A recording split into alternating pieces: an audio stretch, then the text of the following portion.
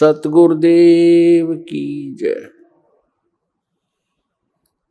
सर्वसंग से प्रार्थना है, सत्संग प्रारंभ हो रहा है। कृपया सत्संग स्थल पर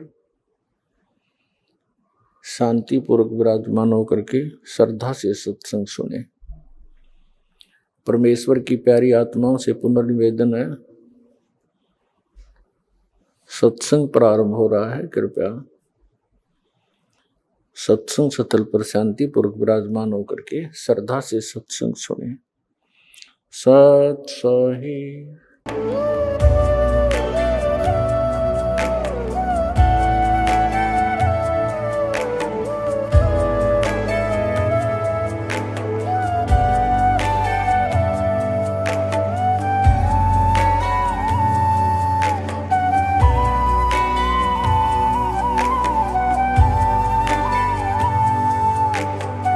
पूर्ण परमात्मा पाप कर्म दंड को भी काट सकता है।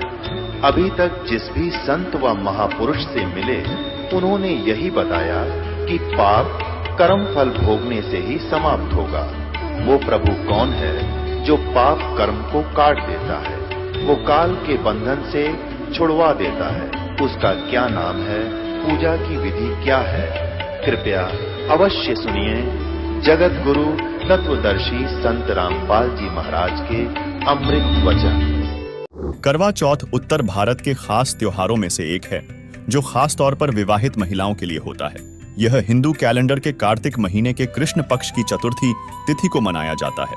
महिलाएं इस दिन अपने पति की लंबी उम्र के लिए व्रत रखती हैं और शाम को चंद्रमा के दर्शन करके ही व्रत खोलती हैं। करवा चौथ का व्रत हिंदुओं के एक प्रमुख त्योहार के रूप में मनाया जाता है, जिसे सौभाग्यवती अर्थात सुहागिन स्त्रियां मनाती हैं। यह व्रत सवेरे सूर्योदय से पहले लगभग 4 बजे से आरंभ होकर रात में चंद्रमा के दर्शन के उपरांत संपूर्ण होता है। परंतु विचारणीय विषय यह है कि क्या पत्नी के अन्न जल त्यागने से पति के प्राणों की रक्षा हो सकती है?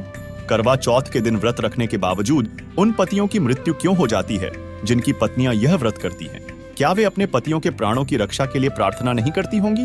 दर्शकों, आज के हमारे इस करवा चौथ स्पेशल एपिसोड में हम जानेंगे करवा चौथ के व्रत से जुड़े ऐसे अनसुलझे प्रश्नों के उत्तर जो आपको भी सोचने पर मजबूर कर देंगे कि वास्तव में करवा चौथ का व्रत करना चाहिए या नहीं। तो चलिए शुरू करते हैं आज के इस खास एपिसोड को। प्रश्न 1, हर साल उत्तर भारत की ज्यादातर महिलाएं और अविवाहित लड़कियां करवा चौथ व्रत रखती हैं। आखिर इस व्रत को रखने का क्या उद्देश्य है? पौराणिक कथाओं के अनुसार करवा चौथ का व्रत सबसे पहले माता पार्वती ने भगवान शिव के लिए रखा था और कहा जाता है कि इस व्रत के प्रभाव से ही उन्हें अपार सौभाग्य का आशीर्वाद प्राप्त हुआ। तभी से सुहागिन महिलाएं पति की लंबी उम्र और अखंड सौभाग्य का आशीर्वाद पाने के लिए करवा चौथ का व्रत रखती आ रही हैं। एक अन्य मान्यता के अनुसार एक बार जब देवताओं का राक्षसों के साथ युद्ध चल रहा था, तो उस समय राक्षस देवताओं पर भारी पड़ रहे थे। तब सभी देवियां ब्रह्मा जी के पास पहुंची और उन्हें सारी बात बताई। उन्होंने पूछा कि वे अपनी पतियों की रक्षा के लिए क्या कर सकती हैं। तब ब्रह्मा जी ने उन्हें करवा चौथ का व्रत रखने का सुझाव दिया। ब्रह्मा जी के बताए अनुसार सभी देवियों ने करवा चौथ का व्रत रखा, जिससे देवताओं की रक्षा हो सकी। तभी से करवा चौथ का व्रत रखने की परंपरा चली आ रही है। दर्शकों, करवा चौथ शब्द 2 शब्दों से मिलकर बना है। करवा यानी मिट्टी का बर्तन और चौथ यानी चतुर्थी। इस त्योहार पर मिट्टी के बर्तन यानी करवे का विशेष महत्व माना जाता है। सभी विवाहित स्त्रियां साल भर इस त्योहार का इंतजार करती हैं और इसकी सभी विधियों को बड़े श्रद्धा भाव से पूरा करती हैं। करवा चौथ का व्रत सुहागिनें अपने पति की दीर्घ आयु हेतु रखती हैं और कुछ कन्याएं यह व्रत अपने लिए अच्छे जीवन साथी को पाने की कामना हेतु रखती हैं। भारतीय संस्कृति में पति का स्थान महत्वपूर्ण है। प्रत्येक महिला चाहती है कि उसके पति की आयु दीर्घ हो एवं उसकी मृत्यु के पहले उसके पति की मृत्यु न हो, किंतु वे इसका सही उपाय जाने बिना लोक मान्यताओं के अनुसार यह व्रत रखना शुरू कर देती हैं। लेकिन आपको बता दें, ऐसे किसी भी व्रत का वर्णन हमारे पवित्र धर्म ग्रंथों में नहीं है जिससे करवा चौथ व्रत रखना एक मनमाना आचरण है और इससे कोई लाभ नहीं हो सकता, जिसका आपको आगे गीता से प्रमाण सहित जानने को मिलेगा। प्रश्न नंबर 2, करवा चौथ व्रत लंबे समय से चलता आ रहा है और हमारे धर्मगुरु कथावाचक भी इस व्रत का महत्व बताते हैं, तो क्या वे गलत हैं? तथा व्रत के संबंध में हमारे शास्त्रों में क्या प्रमाण है? करवा चौथ भारत में अब बहुतायत में किया जाने वाला व्रत बन चुका है, जो कि लोक वेद यानी सुनी सुनाई लोक मान्यताओं के अनुसार रखे जा रहे हैं, जिसका मूल कारण हमारे धर्म गुरु व कथावाचक ही हैं, जिन्हें स्वयं तो धर्म शास्त्रों का ज्ञान है नहीं और मानव को मार्गदर्शन कर रहे हैं, यानी स्वयं तो गलत ज्ञान देकर मानव समाज को गुमराह करके डूब ही रहे हैं, साथ ही मानव समाज को भी गलत साधनाएं करवाकर डुबो रहे हैं। दर्शकों, यह हम इसलिए कह रहे हैं क्योंकि यदि इन्हें वास्तव में गीता का ज्ञान होता तो ये कभी भी किसी भी तरह का व्रत रखने के लिए मानव समाज को प्रेरित नहीं करते, क्योंकि श्रीमद् भगवद गीता में व्रत के लिए मना किया गया है। देखिए छठे अध्याय के 16वें श्लोक में फिर ये भी कहा कि अर्जुन, यह योग न तो बहुत खाने वाले का और न बिल्कुल न खाने वाले का। बहुत खाना तो यूँ है पेट डडी पक्का खा ले अंगड़ाई टूटे, भक्ति हो को ना, और बिल्कुल न खाना व्रत रखना। व्रत रखना भी गीता में मना है, और ये व्रत रखवाओ एकादशी का, ये कहाँ से लाए? और न बहुत सहन करने वाले सोने वाले का, और न अधिक जागने वाले का सिद्ध होता। यानी अब ये साधना भी जो इसने बताई है काल भगवान ने, ब्रह्म ने, इसने अपने सतर का ज्ञान भी दिया है कि इस प्रकार करो, और इससे मेरे से मिलने वाली जो शांति है उसको प्राप्त हो सकते हो। और ब्रह्म से जिसी शांति मिला वो पता ही है, ब्रह्मलोक में गए, वहाँ से फिर जन्म मृत्यु में जैसे चुनक ऋषि की चल रही है ये क्रिया, उसके लिए बताया जा रहा है। तो ये छठे अध्याय का है, ये 10 से लेकर, और अभी आपने 15 तक पढ़ा, 16 तक पढ़ा। 16वें में तो ये भी कंसेप्ट क्लियर कर दिया है कि व्रत रखना भी व्यर्थ है, और ये एकादशी का व्रत तो बहुत महत्वपूर्ण कर बताते। तो ये लोक वेद है, दंत कथा है इनकी, वेद शास्त्र विधि रहित ज्ञान है, उसके करने से कुछ भी लाभ नहीं होगा। गीता जी अध्याय नंबर 16 के श्लोक नंबर 23 के अनुसार। वहीं व्रत के विषय में सूक्ष्म वेद में कहा गया है, गरीब प्रथम अन्न जल संयम राखे, योग युक्त सब सद्गुरु भांखे। अर्थात अन्न तथा जल को सीमित खावे, न अधिक और न ही कम।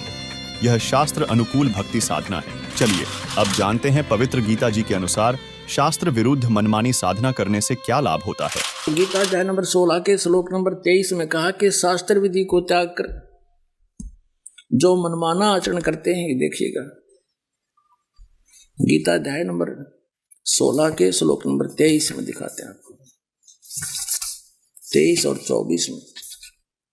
गीता अध्याय नंबर 16 के श्लोक नंबर हम दिखाते हैं आपको 23 में।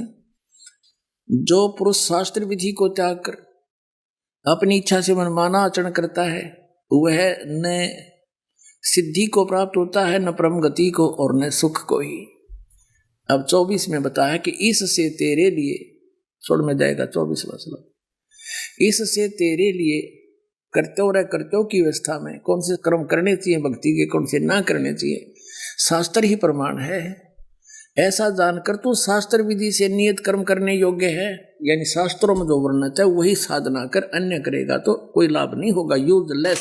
दर्शकों, इससे सिद्ध हुआ कि करवा चौथ के व्रत से संबंधित कोई कथा हमारे सदग्रंथों जैसे कि पवित्र गीता जी और पवित्र 5 वेदों ऋग्वेद, यजुर्वेद, सामवेद, अथर्ववेद और सूक्ष्म वेद में कहीं लिखी ही नहीं है। वही हम इसे इस तरह से समझ सकते हैं कि एक पिता की पुत्री का विवाह हुआ। विवाह पश्चात पुत्री ने देखी वश अपने पति की लंबी आयु की कामना वश पूरे दिन अन्न जल का त्याग कर अपने ही पिता से पति की लंबी आयु के लिए प्रार्थना की। अब स्वयं विचार करो, पिता के लिए जितनी महत्वपूर्ण बेटी की आयु है, उतनी ही पुत्र की आयु भी होती है। तो क्या वह पिता बेटी के अन्न जल को त्याग देने से उसके पति की आयु बढ़ा देगा? नहीं ना। ठीक इसी प्रकार परमात्मा के सभी बच्चे हैं, तो वह परमात्मा पत्नी के व्रत रखने से उसके पति की आयु कैसे बढ़ा देगा? लेकिन यह सत्य है कि यदि प्रत्येक मानव परमात्मा की सतभक्ति करे तो उसकी आयु को परमात्मा जरूर बढ़ा सकता है, जिसकी वेदों से प्रमाणित जानकारी आपको आगे जानने को मिलेगी। प्रश्न नंबर 3, सूक्ष्म वेद में कहा गया है कि करवा चौथ का व्रत करने व उसकी कथा सुनाने वाले गधे बनते हैं। क्या सच में करवा चौथ की कथा पढ़ने और सुनने से गधी की योनि प्राप्त होती है? हाँ, यह सत्य है कि करवा चौथ के विषय में सूक्ष्म वेद में कहा गया है, जो करवा चौथ का व्रत रखते हैं वो उसकी कथा सुनाते हैं, वे गधा बनते हैं। सुनिए सूक्ष्म वेद का यह अनमोल ज्ञान। तीर्थ व्रत करे जो प्राणी, तिनकी छूटत है नहीं खानी। ये 14 नौमी 12 व्रतम, जिनसे जम जौरा नहीं डरतम। कर एकादशी संजम सोई, करवा चौथ गदेरी होई। आठे साते करे कंदूरी, सो तो बने नीच गरसूरी। अपने आत्माओं कितनी गजब की बात की है, भगवान ने कमाल कर रखा है कि ये 14 नौमी द्वादशी का कोई भी किसी प्रकार का व्रत है जो ये करते हो, इससे काल के दूत नहीं डरेंगे, तुम्हारी चोटी पकड़ कर ले जाएंगे। ये साधना ठीक नहीं। करें एकादशी संजम सोई, करवा चौथ गदेरी होई। होय होय। एकादशी का व्रत रखने वाले और करवा चौथ का व्रत रखने वाली बहन बेटियां कहते हैं ये अगले जन्म में गधी की योनि में जाएंगी। अब करवा चौथ के है बता। करवा चौथ एक बहन कहती है करवा चौथ इसलिए कि पति की आयु लंबी हो। एक कह रही थी कि मैं उसी दिन करवा चौथ का व्रत रखी हुई थी और उसी दिन मेरे पति की मृत्यु होगी। इस करवा चौथ ने कति ढाल नहीं अड़ाई। और फिर सद्भक्ति ना करने से कहते हैं अगले जन्म में फिर पशु योनियों में जाओगे। आन धर्म जो मन बसे, कोई करो नर नार, गरीबदास जिंदा कहे वो जासी यम द्वार। आन धर्म जो मन बसे, आन धर्म, धर्म में धार्मिक पूजाएं, एक परमेश्वर को छोड़कर जो और साधनाएं मन में बसाए बैठे हैं, चाहे कोई करो नर नार, स्त्री करो चाहे पुरुष करो। गरीबदास जी कह रहे हैं परमात्मा जिंदा रूप में धर्मदास जी को कह रहे हैं वो जागा काल के द्वार, यम द्वार, नरक में जाओगा। कहे जो करवा चौथ कहानी, तास गधेड़ी निश्चय जानी। अब करवा चौथ को जो कहानी सुनाते हैं ना, कई अनपढ़ माई रखा करती व्रत करवा चौथ का रखते हैं अभी, लेकिन हमारे भक्त नहीं रखते। और वो किसी ने बुला के न्यू कहा करती बेटी या कहानी पढ़ के सुनाइए करवा चौथ की। अब परमात्मा कहते हैं जो करवा चौथ का व्रत रखे वह भी गधी बने, और जो उसने कहानी सुनाओगी वह भी उसी कैटेगरी में होगी। इसलिए हमें ऐसी शास्त्र विरुद्ध साधना नहीं करना चाहिए जिससे गधा बनना पड़ता है। वहीं इसी का प्रमाण गुरु ग्रंथ साहिब राग गोंड पृष्ठ 873 पर भी है, जिसमें कबीर जी ने कहा है, छोड़ी अन्नु करही पाखंड, ना सुहागनी ना ओही रण। अर्थात जो महिलाएं अन्न का त्याग कर व्रत रूपी पाखंड करती हैं, वह न तो सुखी दुल्हन होगी और न ही सुखी विधवा होगी। प्रश्न नंबर 4, यदि पत्नी के करवा चौथ व्रत रखने से पति की आयु लंबी नहीं हो सकती है, तो फिर वह कौन सा उपाय है जिससे प्रत्येक प्राणी की आयु बढ़ सकती है? आज भ्रांतिवश बड़ी संख्या में महिलाओं द्वारा करवा चौथ का व्रत रखा जाता है जिससे उसके पति की आयु लंबी हो सके, और दूसरी ओर यह भी माना जाता है कि विधि का विधान अटल है, उसमें कोई परिवर्तन नहीं कर सकता। तो फिर भाग्य से अधिक पाने की आकांक्षा क्यों? यह उतना ही हास्यास्पद है जितना विडंबनीय। एक स्त्री और पुरुष दोनों ही परमेश्वर की संतान होते हैं एवं दोनों ही आत्माएं परमेश्वर को अति प्रिय हैं। फिर एक के भोजन और जल का त्याग करने से दूसरे की आयु वृद्धि की कामना करना कितना सही है? और यदि पत्नी के व्रत करने से पति की आयु बढ़ती होती तो करवा चौथ का व्रत रखने वाली माताओं बहनों के पति करता चौथ वाले दिन को ही मृत्यु को प्राप्त नहीं होते, तथा आज कोई भी महिला विधवा नहीं होती। अब प्रश्न ये उठता है कि यदि करवा चौथ के व्रत करने से नहीं तो कैसे बढ़ेगी पति की आयु? तो पति की आयु ही क्या, प्रत्येक प्राणी की भी आयु बढ़ सकती है यदि हम पूर्ण परमात्मा की भक्ति करें तो, क्योंकि वेदों में लिखा है कि पूर्ण परमात्मा अपने साधक की आयु को भी बढ़ा देता है। अब थोड़ा सा प्रमाण वेद दिखाते हैं आपको। कबीर परमेश्वर जी ने अपनी प्यारी आत्मा धर्मदास जी से कहा था कि धर्मदास, वेद मेरा भेद है, मैं मिलूं वेदन से नाही, और जौन वेद से मैं मिलूं वो वेद जानते नहीं। ये चारों वेद मेरी ही महिमा का गुणगान कर रहे हैं, लेकिन इन वेदों में वर्णित विधि से मेरी प्राप्ति नहीं हो सकती। और जौन से वेद में, जौन से सदग्रंथ में, यानी सच्चिदानंद घन ब्रह्म की वाणी में, सूक्ष्म वेद में, उसको सूक्ष्म वेद बोलते, सूक्ष्म वेद में परमात्मा कबीर देव जी के पाने की पूरी विवरण है। और वो वाणी, वो सूक्ष्म वेद परमात्मा ने अपने मुख कमल से, अपने मुखारविंद से स्वयं ही बोलकर सुनाया और लिपिबद्ध करवाया हुआ है। यही प्रमाण गीता जी अध्याय नंबर 4 के श्लोक नंबर 32 में है कि अभी तक अर्जुन तूने अध्याय 4 के 25 से लेकर 31 तक श्लोकों में जो भी जिस इस प्रकार की साधनाएं साधक करते हैं वो देखी सुनी, लेकिन उस सच्चिदानंद घन ब्रह्म की वाणी में ब्रह्मणे मुखे इन अज्ञानी अनुवादकर्ताओं ने यहाँ गलत कर रखा अनुवाद, या अनुवाद गलत कर रखा है। ब्रह्मणे मुखे का अर्थ लिख दिया इन्होंने वेद की वाणी, नहीं, सच्चिदानंद घन ब्रह्म की वाणी। गीता जी अध्याय नंबर 17 के श्लोक नंबर 23 में ब्रह्मणे का अर्थ इन्होंने लिखा है सच्चिदानंद घन ब्रह्म अर्थात परम अक्षर ब्रह्म। यहाँ चौथे अध्याय के 32वें श्लोक में ब्रह्मणे मुखे का अर्थ है सच्चिदानंद घन ब्रह्म की वाणी, यानी कबीर वाणी में सूक्ष्म वेद में बहुत विस्तार के साथ आध्यात्मिक यज्ञों की जानकारी है। यज्ञ माने धार्मिक अनुष्ठानों की जानकारी है, वो तत्व ज्ञान है। गीता जी अध्याय नंबर 4 के श्लोक नंबर 34 में कहा कि उस तत्व ज्ञान को जो सूक्ष्म वेद में है, तत्वदर्शी संतों के पास जाकर समझ, वो तत्वदर्शी संत उस परमात्म तत्व के बारे में जानकारी देंगे। तो उस परमेश्वर ने कहा था कि जौन वेद से मैं मिलूं वो सूक्ष्म वेद है, वो सच्चिदानंद घन ब्रह्म की वाणी है। कहते वो इन चारों वेदों में नहीं है, वह वेद जानते नहीं। अब देखिएगा ऋग्वेद भाषा भाष्य द्वितीय भाग, ये किसने अनुवाद किया है, कहाँ से छपा है? प्रकाशक हैं पंडिता राकेश रानी, प्रधान कार्यालय वेद मंदिर, महात्मा वेद भिक्षु सेवा आश्रम, लेखराम नगर अब्राहिमपुर, पोस्ट ऑफिस मुखमेलपुर, दिल्ली, दूरभाषित ने दान संस्थान, ठीक है, दिल्ली से। इसके अंदर इस ऋग्वेद मंडल नंबर 10 सूक्त नंबर 161 का और दूसरा मंत्र है। ऋग्वेद मंडल नंबर 10 सूक्त 161, ये देखिएगा, ये 161वां सूक्त है और इसका मंत्र नंबर 2 है।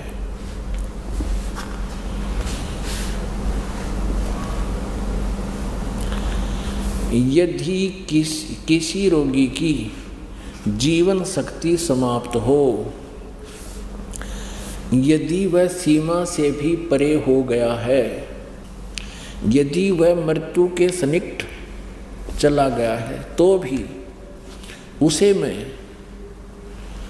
भारी कष्टप्रद रोग के पंजे से मुक्त कराऊं तथा उसे 7 वर्ष के जीवन हेतु 100 वर्ष के जीवन हेतु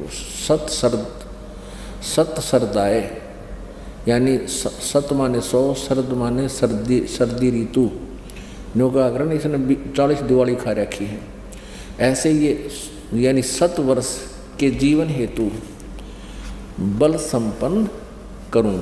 भावार्थ, यदि रोगी की जीवन शक्ति समाप्त हो, यानी जीवन खत्म हो गया हो रही है और उसका रोग सीमा को पार कर गया है, तब भी परमात्मा उसे इस कष्टप्रद रोग से मुक्त कर 7 वर्ष यानी 100 वर्ष का जीवन दे सकता है। ठीक है, एक और दिखाते हैं ऋग्वेद, ये छोटे वाला है, मंत्र तो वही है, इनका सिर्फ साइज पुस्तक का अनुवाद करके छोटा बड़ा इन्होंने किया हुआ है। 9-10 मंडल इकट्ठा ही किया है ये कहाँ से प्रकाशित है? प्रकाशक हैं सार्वदेशिक आर्य प्रतिनिधि सभा, महर्षि दान भवन, रामलीला मैदान, नई दिल्ली। ये इनके फोन और फैक्स नंबर है। मुद्रक Prince offset printers 1510 Pataudi house, Daryaganj, नई दिल्ली से। अब इन्होंने यहाँ थोड़ी सी हेरफेर करने की चेष्टा की है, इस अनुवादकर्ता ने गड़बड़ी करने की चेष्टा की। देखिएगा, ऋग्वेद मंडल नंबर 10 सूक्त नंबर 161 और मंत्र नंबर 2, यहाँ देखिए, यदि रोगी नष्ट जीवन शक्ति वाला हो गया है और यदि अथवा सीमा से परे चला गया है, यदि मृत्यु के समीप है, समीप पहुंच गया ही है, तो भी उस रोगी को यहाँ इन्होंने अपना अड़ंगा डाल दिया, क्योंकि ये दानंद जी के विचारों से प्रभावित हैं, महर्षि दानंद। और महर्षि दानंद जी ये मानता है कि भगवान कुछ नहीं कर सकता। इन्होंने यहाँ वेद लिख दिया। वेद का किताब प्रकरण इस मूल संस्कृत में, मूल व्याख्या में। ये कोई दवाइयाँ की किताब नहीं है, ये परमात्मा की महिमा का विधान है। या वेद नहीं लिखना था, इन अपनी अज्ञान सो चढ़ा दी। ऐसे हम हिंदी पढ़ते रहे, संस्कृत हम नावे नहीं थी। इन अज्ञानियों ने ऐसे नाश कर रखा हमारी आध्यात्मिक ज्ञान का। यहाँ उस रोगी को मैं वेद, यहाँ वेद लिख दिया। अब पढ़निया ने सोचा वेद बूद कर देता होगा, वेद तो करे दे, वह दवाई अच्छी जानता होता है। नहीं, कष्टप्रद रोग के पंजे से छुड़वा लाता हूँ। ये भगवान की महिमा है, वेद की नहीं। और 100 शरद ऋतुओं तक जीने के लिए, यानी 100 वर्ष तक उसको बल युक्त करता हूँ। अब यहाँ देखना, यही अनुवाद करता है मंडल नंबर 9 सूक्त नंबर 80 का और मंत्र नंबर 2। यहाँ ये भूल गया किता है, वह दानंद वाले विधान को भूल गया। ये देखना, ऋग्वेद मंडल नंबर 9 सूक्त नंबर 80 और इसका ये दूसरा मंत्र है, दूसरा। अब देखना, हे परमात्मन, आप उपासकों की या अपने भक्तों की, साधकों की आयु के बढ़ाने वाले हैं। यहाँ को ना याद रहा, इसका वेद लिखना भूल गए। अब कबीर परमेश्वर जी कहा करते थे, चोर चुराई तुंबड़ी, तुंबड़ी का तुम्बा, एक जैसे ये पेठा देखा होगा आपने, तकरीबन पेठा तो सभी देखते हैं। इसी टाइप का एक मतीरा होता, तुम्बा, अच्छी बड़ी घिया देखी हो आपने, इतनी बड़ी हो जाए, उससे भी बड़े साइज का इतना बड़ा हो जाता तुम्बा। तो उस तुम्बे का अंदर से वो निकाल लेते हैं सारा मटेरियल, बाहर उसका कवर रह जाता है। उसको ज़्यादातर साधु संत भी रख लेते थे अपने पास, या एक तारा बनाते थे ये गाने बजाने वाले। तो वो उसको यदि पानी में डाल दिया जाए तो नीचे छोड़ दे जाकर, वो तुरंत ऊपर आ जाता है, नीचे नहीं रहता, फ्लोटिंग बहुत है। तो परमात्मा कहते हैं कि इन अज्ञानियों ने सच्चाई को उस तुम्बे की तरह, जैसे कोई चोर ने तुम्बा चुरा लिया और पानी में छुपाने लग गया, वो नीचे छोड़ कर आवे, ऊपर आ जा। वो चोर नीचे जल में छोड़ कर आवे, उससे पहले वो ऊपर आ जावे। तो परमात्मा कहते हैं, चोर चुराई तुंबड़ी और छुपावे पानी में, वो छुपावे वह ऊपर आवे, न सच्चाई छानी ना। यानी इन अज्ञानियों ने इन सदग्रंथों का अज्ञान करने की बहुत चेष्टा की, सच्चाई को छुपाने की बहुत चेष्टा की, लेकिन ये छुपा नहीं सके। कहीं ना कहीं से ये सच्चाई ऊपर आ ही गई। तो ये कबीर परमेश्वर है जो हमारी आयु भी बढ़ा सकते हैं, हमारे रोग का नाश भी कर सकते हैं, और ये हमारे अशुभ संस्कारों को भी नाश कर सकते हैं। इसके अलावा मंत्र संख्या 822 सामवेद उतार्चिक अध्याय 3 खंड नंबर 5 श्लोक नंबर 8 में लिखा है कि सनातन अर्थात अविनाशी कबीरदेव अर्थात कबीर परमेश्वर मानव रूप धारण करके अर्थात गुरु रूप में प्रकट होकर हृदय से चाहने वाले, श्रद्धा से भक्ति करने वाले भक्तात्मा को 3 मंत्र अर्थात नाम उपदेश देकर पवित्र करके जन्म व मृत्यु से रहित करता है तथा उसके प्राण अर्थात जीवन श्वासों को, जो संस्कारवश गिनती के डाले हुए होते हैं, को अपने भंडार से मित्रता के आधार से पूर्ण रूप से बढ़ाता है, जिस कारण से परमेश्वर के वास्तविक आनंद को अपने आशीर्वाद प्रसाद से प्राप्त करवाता है। प्रश्न नंबर 5, क्या ऐसा कोई उपाय है जिससे अमर हुआ जा सकता है? संसार में आज तक जितने भी लोगों ने जन्म लिया है, उन सभी की यही चाहत रही है कि वे अमर हो जाएं, परंतु अमर होना इतना भी आसान नहीं है। इतने ऋषि मुनि इसी कामना में हजारों लाखों वर्षों तक कठिन साधनाएं और जप तप करके चले गए, उनको भी अमरत्व प्राप्त नहीं हो पाया। क्योंकि वे सभी ब्रह्मा, विष्णु, शिव, देवी दुर्गा या फिर ब्रह्म साधना करते थे। ब्रह्मा, विष्णु, शिव तथा अन्य देवतागण काल और देवी दुर्गा की कठपुतली मात्र हैं। इस विषय में गीता ज्ञानदाता काल ब्रह्म ने गीता अध्याय 7 श्लोक 10 व 11 में कहा है। 7वें में क्या कहा कि अर्जुन, मैं बुद्धिमानों की बुद्धि और बलवानों का बल हूँ। संपूर्ण प्राणियों का सनातन बीज मुझको जान, और बुद्धिमानों में बुद्धि, तेजों का तेज मैं ही हूँ।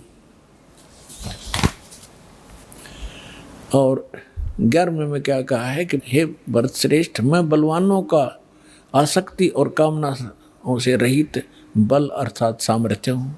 कहने का भाव ये है कि मैं बलवानों का बल और बुद्धिमानों की बुद्धि इनकी मेरे हाथ में है।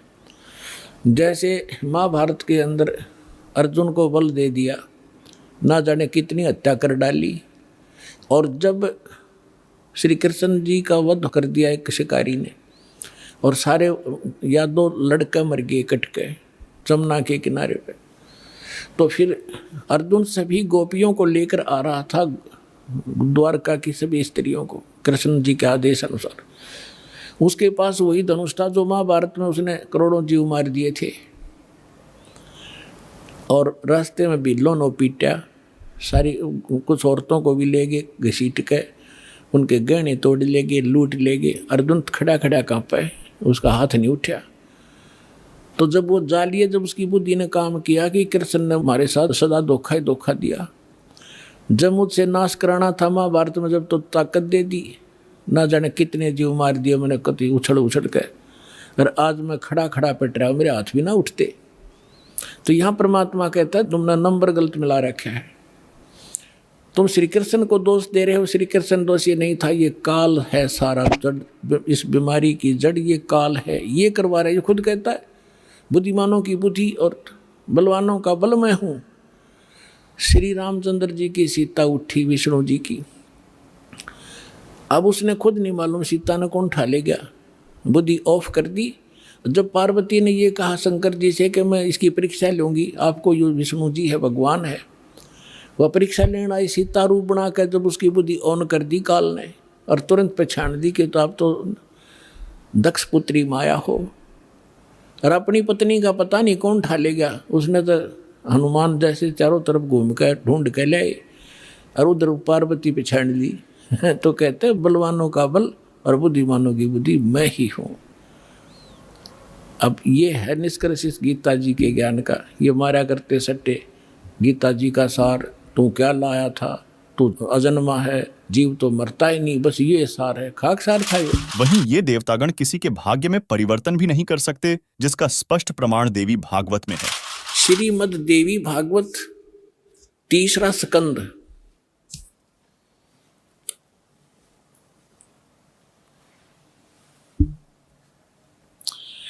ये गीता प्रेस गोरखपुर से प्रकाशित है। ये देखिएगा, इसके ये सचित्र मोटा टाइप, केवल हिंदी, संपादक हनुमान प्रसाद पोदार, चिमनलाल गोस्वामी, और ये यहाँ से प्रकाशित है, मुद्रित और प्रकाशित। ये गीता प्रेस गोरखपुर से है। गीता भवन कार्यालय कोलकाता का संस्थान, गीता प्रेस गोरखपुर। इसके 123 पृष्ठ पर ले चलते हैं आपको, बिल्कुल 2 मिनट में सारी कहानी समझ में आ जाएगी। 123 पृष्ठ पे ये 3रा स्कंद। भगवान विष्णु अपनी माता दुर्गा की महिमा स्तुति करते हुए, उनकी स्तुति करते हुए बोल रहे हैं, तुम शुद्ध स्वरूपा हो, यह सारा संसार तुम इसे उद्भासित हो रहा है। मैं ब्रह्मा और शंकर, हम सभी तुम्हारी कृपा से विद्यमान हैं। हमारा आविर्भाव माने जन्म, तिरोभाव माने मृत्यु। हमारा तो जन्म और मृत्यु हुआ करता है, केवल तुम ही नित्य हो, जगत जननी हो, प्रकृति और सनातनी देवी हो। ये प्रकृति शब्द याद रखना कि दुर्गा को प्रकृति भी कहते हैं। जिस समय दास आपको श्रीमद् भगवद गीता में यह सिद्ध करेगा कि ब्रह्मा विष्णु महेश की उत्पत्ति दुर्गा से हुई है और गीता में वर्णित है उस समय प्रकृति शब्द आपका काम आओगा कि प्रकृति दुर्गा को कहते हैं। गीता के अंदर 2 प्रकृति बताई है, एक तो जड़ जैसे ये अग्नि वायु हवा आदि, और एक चेतन। चेतन ये दुर्गा प्रकृति है। तो इसलिए कहते हैं तुम आप ही प्रकृति हो। और फिर भगवान शंकर क्या कहते हैं देखिएगा, भगवान शंकर बोले देवी यदि महाभाग विष्णु तुम्ही से प्रकट हुए हैं, उनके बाद उत्पन्न होने वाले ब्रह्मा भी तुम्हारे बालक हुए, फिर मैं तमोगुणी लीला करने वाला, क्या तुम्हारा मैं तमोगुणी लीला करने वाला शंकर क्या तुम्हारी संतान नहीं हुआ? अर्थात मुझे भी उत्पन्न करने वाली तुम ही हो शिवे, संपूर्ण संसार की सृष्टि करने में तुम बड़ी चतुर हो। इस संसार की सृष्टि स्थिति और संहार में तुम्हारे गुण सदा समर्थ हैं। उन्हीं तीनों गुणों से उत्पन्न हम ब्रह्मा विष्णु एवं शंकर नियमानुसार कार्य में तत्पर रहते हैं।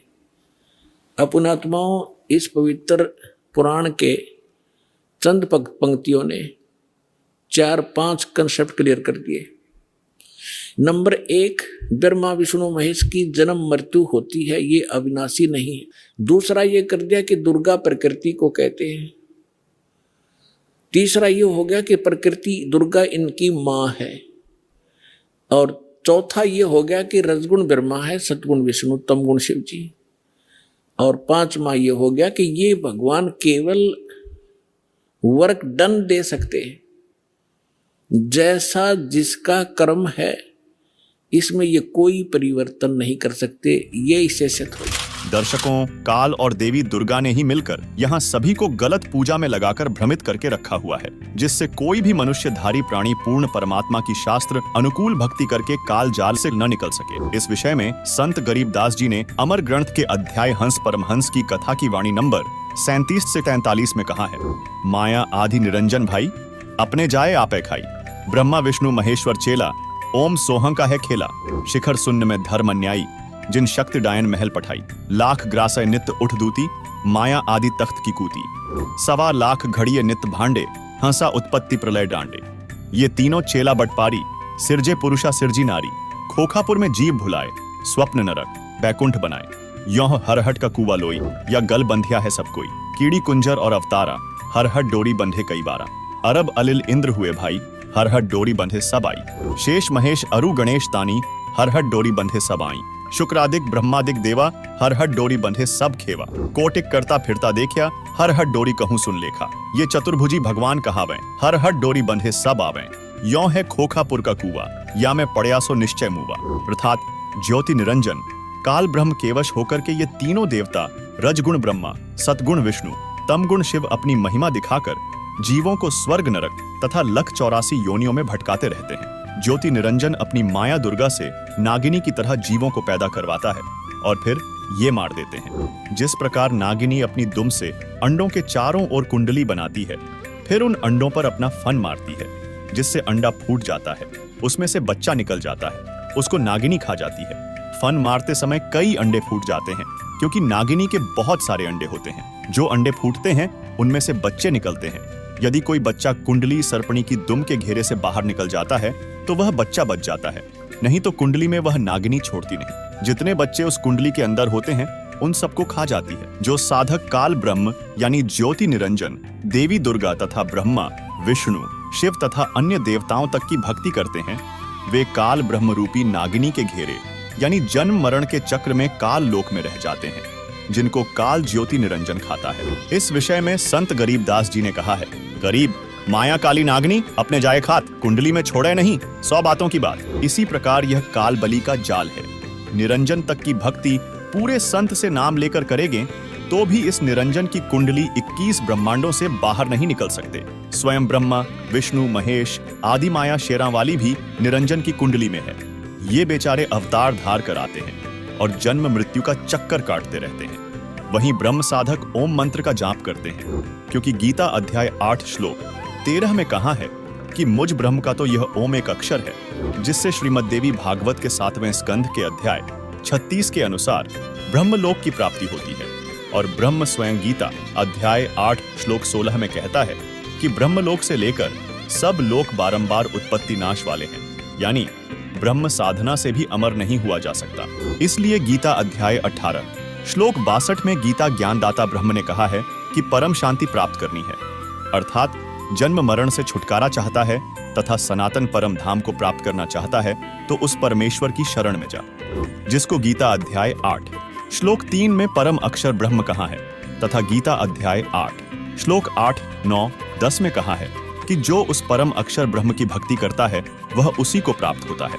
फिर गीता अध्याय 15 श्लोक 4 में गीता ज्ञानदाता ब्रह्म ने कहा है कि गीता अध्याय 4 श्लोक 34 में वर्णित तत्वदर्शी संत के मिलने के पश्चात उस परमेश्वर के परम पद को भली भांति खोजना चाहिए, जिसमें गए हुए साधक फिर लौटकर संसार में नहीं आते। जिस परमेश्वर से यह सृष्टि उत्पन्न हुई है उसी आदि पुरुष नारायण यानी सनातन पूर्ण परमात्मा परम अक्षर ब्रह्म की मैं शरण में हूँ, यानी तत्वदर्शी संत से परम अक्षर ब्रह्म की शास्त्र अनुकूल भक्ति प्राप्त करके हम सनातन परम धाम को प्राप्त करके अमर हो सकते हैं, जहाँ जन्म मृत्यु तथा वृद्धावस्था का कष्ट नहीं है। उस लोक के विषय में संत गरीबदास जी ने कहा है, ना कोई भिक्षुक दान दे, ना कोई हार व्यवहार, ना कोई जन्मे मरे, ऐसा देश हमार, जहाँ शंखों लहर मेहर की उपजें, कहर जहाँ नहीं कोई, दास गरीब अचल अविनाशी, सुख का सागर सोई। प्रश्न नंबर 6, वह परम अक्षर ब्रह्म अर्थात पूर्ण परमात्मा कौन है तथा उसका कहाँ प्रमाण है? दर्शकों, वेद हमारे सबसे पुरातन धर्म ग्रंथ हैं, जिन्हें प्रत्येक व्यक्ति सत्य मानता है और यह भी मानता है कि इनमें जो ज्ञान दिया गया है वह प्रभु द्वारा प्रदत्त ज्ञान है, जिसमें पूर्ण परमात्मा की महिमा दी गई है। तो हम इन्हीं वेदों से जानते हैं कि आखिर आदि पुरुष नारायण यानी सनातन पूर्ण परमात्मा परम अक्षर ब्रह्म कौन है, जिसने सर्व सृष्टि की रचना की है। देखिए अब वेद क्या बताते हैं उस परमात्मा के बारे में, वो क्या लीला करता है।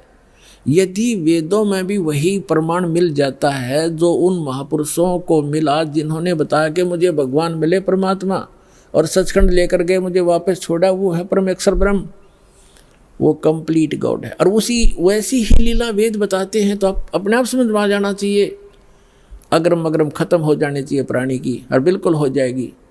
और कहते हैं आँखों देख कर भी जो नहीं मानता, जान बूझ साची तजय और करे झूठ तने, ताकि संगत है प्रभु स्वप्न में बिना दी। इसे नालायक आदमी तो कहते स्वप्न में भी नहीं मिला, जो आंखों प्रमाण देख कर फिर बकवास करता है, झूठ बोलता है, रामपाल ये करता है, कहाँ लिखा दिखाने लग रहा है, मैं सारे सदग्रंथ प्रमाणित कर रहा हूँ, सामने दिखा रहा हूँ, फिर भी कहता है, झूठ बोलता है, तो वो स्वार्थी और काल का पक्का दूत है। उस व्यक्ति का मुंह नहीं लगना चाहिए, उसकी बात नहीं सुननी चाहिए अपना सफल होने के लिए। आप जी को इतना स्पष्ट हुआ कि परमात्मा जब शिशु रूप धारण करके आता है दूसरी सतिथि में, 3 प्रकार से हमारा धारण पोषण करता है, हमारा कल्याण करने के लिए 3 प्रकार के शरीर में वो लीला करता है। एक तो सतलोक में रहता है, वहाँ तो बहुत तेजों में शरीर है, वहाँ से हल्का तेजपन रूप बना करके, और दूसरे सतिथि में एक शिशु रूप धारण करके प्रत्येक युग में परमात्मा मिलते आते हैं, ऐसा लीला करते हैं। उनकी यही लीला परवरिश की लीला कुंवारी गांव से ही होती है। और तीसरी स्थिति में वो महात्मा साधु संत का रूप बना के कभी भी कहीं प्रकट हो जाते हैं और अपनी अच्छी आत्माओं को मिलते हैं, उनको ज्ञान समझाते हैं। उनके विषय में आपको बहुत बार बताया है कि किन किन महापुरुषों को वो मिले हैं, और उन्होंने फिर बताया कि हमको परमात्मा मिले अनंत कोट ब्रह्मांड का एक रति निभार, और सतगुरु पुरुष, पुरुष माने परमात्मा भगवान कंप्लीट गॉड कबीर है, कुल के सृजनहार। अब वेद क्या बताते हैं परमात्मा की महिमा, क्योंकि परमेश्वर ने कहा कि वेद मेरा भेद है, मैं ना मिलूँ वेदन के माही, और जौन वेद से मैं मिलूँ वो वेद जानते नहीं कि वेद मेरा भेद है। मेरी महिमा का गुणगान करता है वेद, लेकिन वेदों में वर्णित विधि से मैं मिल नहीं सकता, मेरी महिमा तो कंप्लीट है। लेकिन जिस वेद से, वेद माने ज्ञान से, तत्व ज्ञान से मैं मिलूँ, वो ये चारों वेद जानते नहीं, इनमें वो ज्ञान नहीं है। उसका ज्ञान स्वयं ही परमात्मा ने आके बताया। अरिविश दास को भेज रखा है, लाभ उठाओ प्राणियों। ये देखो, अब आपको ऋग्वेद दिखाते हैं। ये है ऋग्वेद। ये कहाँ से प्रकाशित है? सार्वदेशिक कार्य प्रतिनिधि सभा, महर्षि दान भवन, रामलीला मैदान, नई दिल्ली से। ये कौन इसके भाषा, आर्य भाषा ये मुद्रक है। कमाल की बात है कि जो व्यक्ति परमात्मा को निराकार बताते हैं कि वेदों में निराकार लिखा, वो अनुवाद कर रहे हैं। कैसी अद्भुत लीला उस परम पिता की पुण्यात्माओं आप पर रहम कर रखा है। यदि इन वेदों में ये ना लिख रखा होता, अनुवाद नहीं कर रखा होता इन्हीं के द्वारा, तो ये कभी भी आपको ऊपर नहीं आने देते कि रामपाल दास साची कह रहा है। लेकिन वो तो अन्य प्रमाण बहुत से देता दास, और भगवान जो लीला करता वो करके दिखाते, प्रमाणित हो जाता। लेकिन और ज़्यादा समय लग जाता, ये भ्रमित करने वालों का दाव लगा रहता। अब इनका दाव कति समाप्त हो गया। इन्होंने अपने कर कमल से अनुवाद कर रखा। अनुवाद सही है, उनकी सोच गलत है, उनका अनुभव गलत है। महर्षि दयानंद ने सत्यार्थ प्रकाश नामक एक पुस्तक का निर्माण किया है, रचना की है। उसमें उन्होंने स्पष्ट लिखा है कि मैंने इस पुस्तक का निर्माण वेदोनुसार किया है, वेदों के प्रमाणों को हल्का सरल करके लिखा है। और उसमें स्पष्ट है कि वेदों के विपरीत ज्ञान है सारा। महर्षि दयानंद और उसके सारे चेले परमात्मा को निराकार बताते हैं। उसका कोई स्थान नहीं है, वो एक देशीय नहीं है, एक स्थान पर नहीं रहता।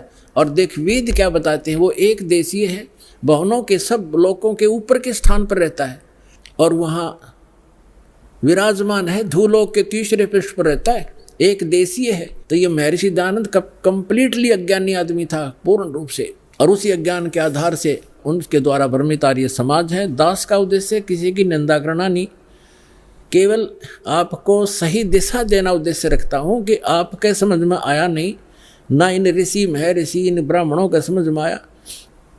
इस दास पर दया करी, इसका पूरा मानव समाज लाभ उठाओ, सबका कल्याण होगा। हमने किसी से द्वेष नहीं। ये देखो ऋग्वेद मंडल नंबर 9 सूक्त 86 और मंत्र नंबर 26 पढ़ेंगे।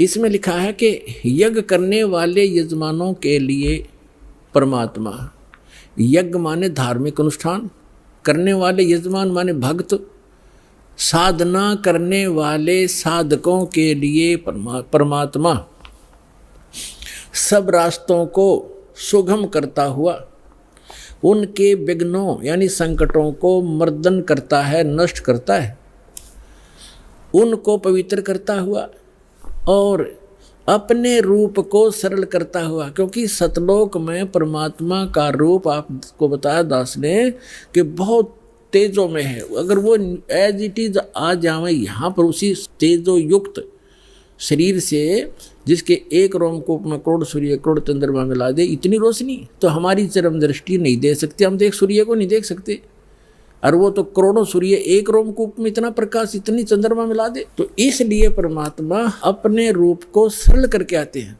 जैसे एक कक्ष में कमरे में 1000 वाट का ट्यूब है, 500 की है, 100 की है और एक 0 की भी है या 10 वोल्टेज की है। सब बंद करके एक 10 वाट की चालू कर दी या 5 वाट की, तो जितना आवश्यक प्रकाश उससे है वो हो गया, बाकी वो है विद्यमान, लेकिन वो प्रकाश ऑफ कर लिया। ऐसे वो परमात्मा का जो शरीर है इतना नूरी है, उसको कम करने के लिए वो अपने उस ऐसे स्विच ऑफ करके ओनली सिंपल सा प्रकाश युक्त शरीर यहाँ रख लेते। तो उसका प्रमाण यहाँ देखिएगा, ये पढ़ रहे हैं ऋग्वेद मंडल नंबर 9 सूक्त 86 मंत्र 26 पढ़ रहे हैं, 86 का 26। अपने रूप को सरल करता हुआ, अपने रूप को शरीर, अपने रूप को सकल को सरल करता हुआ वह कांति में परमात्मा। ये देखो इन्होंने यहाँ गड़बड़ी कर दी। ये देखो यह है कबीर, हम कबीर बोले, बै बोला ना, हम कबीर, वेदों को वेद बोलते हैं, तो यहाँ कबीर, हम इस यू कबीर लिखा कबीर। इस रे को इन्होंने संधि छेद करके अपसर्ग लगा दिया, अपसर्ग लगा के इसका अर्थ कर दिया, कवि का अर्थ कर दिया सर्वज्ञ। कवि कोई सर्वज्ञ नहीं होता, ना आज तक होया है, परमात्मा ही सर्वज्ञ होता है। यहाँ अर्थ नहीं करना चाहिए था, अर्थ करके अनर्थ किया इन्होंने। यदि कहीं किसी काव्यकार की महिमा वर्णित हो और वहाँ कवि शब्द हो तो वहाँ अर्थ किया जा सकता, काव्यकार कर दे, सर्वज्ञ वहाँ भी नहीं किया जा सकता। तो यहाँ कबीर देव लिखना था। आपको प्रमाण दिखाते हैं, जैसे ये एक पुस्तक है यजुर्वेद, इस पर ऊपर रे लगा हुआ है। अब इसी में प्रमाण दिखाते हैं आपको। ये देखिएगा, ये यजुर्वेद है, ये महर्षि दयानंद द्वारा ही इसका अनुवाद है। ये प्रकाशक सार्वदेशी कार्य प्रतिनिधि सभा 2/5 महर्षि दानंद मैदान नई दिल्ली से। और ये महर्षि दानंद द्वारा इसका अनुवाद है और ये यहाँ से छपा। इसके हम आपको ले चलते हैं 36वें अध्याय के, यह 60-30 अध्याय यानी 36वां अध्याय 36, 60-30, 36, 36, 36। और यहाँ आगे हम ये यजुर्वेद है और यहाँ देखिएगा इसका प्रथम मंत्र है। इसमें लिखा है कि रचम वाचम प्रपदे मनो यजु प्रपदे, ये यजु शब्द है, इसका 2 उपसर्ग लगा रखे। अब इसका अनुवाद महर्षि दानंद जी ने यहाँ कर रखा है, देखिएगा इसमें यजु, ये यजु शब्द है, इसका अर्थ यजुर्वेद लिख दिया, बिल्कुल सही।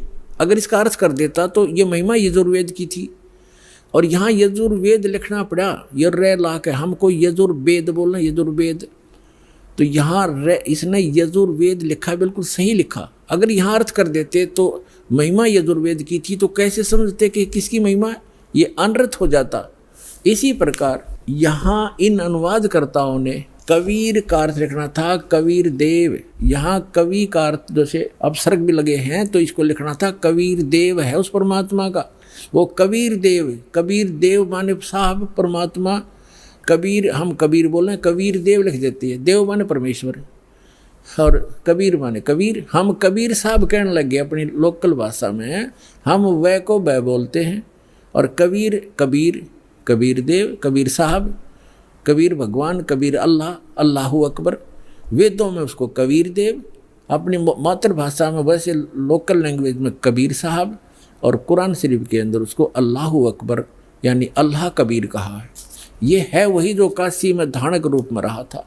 ये उन महापुरुषों ने प्रमाणित भी कर दिया कि हम सुल्तानी नानक तारे दादू को उपदेश दिया, जात जुलाहा भेद नहीं पाया, काशी माए कबीर हुआ, अनंत कोट ब्रह्मांड का एक रति निभार, और सतगुरु पुरुष कबीर हैं ये कुल के सिरजनहार। उन्होंने फिर से ऋग्वेद ले लिया, यजुर्वेद रख दिया, क्योंकि अब हम इसको प्रमाणित कर रहे थे। ऋग्वेद मंडल नंबर 9 सूक्त 86 के मंत्र 26 को हम पढ़ रहे हैं। यहाँ आगे थे कि यज्ञ करने वाले यजमानों के लिए परमात्मा, यज्ञ माने धार्मिक अनुष्ठान, यानी साधना करने वाले साधकों के लिए परमात्मा, सीधा सार्थ बन जाता है।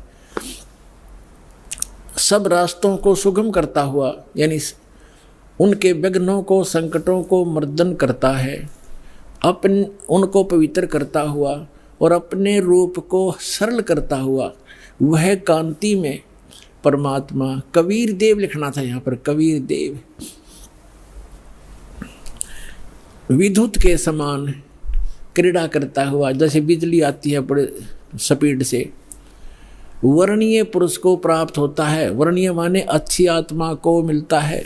यहाँ देखो 27 में क्या कहा, वो कहाँ रहता है वो परमात्मा, जो परमात्मा ध्रुव लोक के यानी तेजो में लोक के तीसरे पृष्ठ पर रहता है, तीसरे पृष्ठ पर विराजमान है।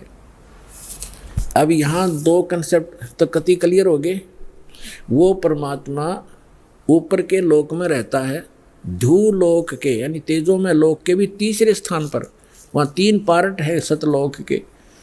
ऊपर के जितने लोक हैं उनको 3 विभागों में बांटा हुआ है, तो उनके सबसे ऊपर के लोक में बैठा हो परमात्मा। और वहाँ से अब आगे दिखाते हैं, बिजली जैसी गति से आता है, जैसे बिजली 1 सेकंड में पहुँच जाती है, और अच्छी आत्माओं को मिलता है और वो वहाँ ऊपर रहता है।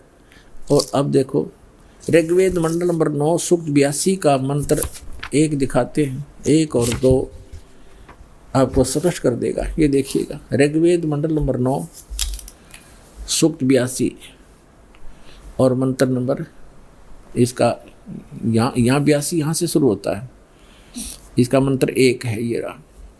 इसमें है कि वो अमर परमात्मा, सोम माने सर्वोत्पादक प्रभु, सबकी उत्पत्ति करने वाला परमात्मा, प्रकाश रूप सद्गुणों की वृष्टि करने वाला, पापों का हरण करने वाला। महर्षि दानंद कहता भगवान पाप नाश नहीं करता, और वेद कहते हैं पापों का हरण करने वाला, नाश करने वाला है। राजेव, राजा के समान राजेव। ये देखना हम 269 पृष्ठ पर पढ़ रहे हैं, नहीं तो नो कहेंगे दूसरा पृष्ठ बदल गया होगा। अब 270 पे दिखाते हैं आप, ये 270 राजा के तो उधर पढ़ दिया समान, राजा के समान दर्शनीय है, दसम देखण योगा है, राजा के समान है देखने में। पृथ्वी आदि लोक लोकांतरों के चारों ओर शब्दमान हो रहा है। वह वर्णीय पुरुष को, अच्छे आत्मा, अच्छे भगत को, अच्छे व्यक्ति को, जो दृढ़ भक्त है, जो पक्के भक्त है, उनको पवित्र करता हुआ प्राप्त होता है, उनको मिलता है।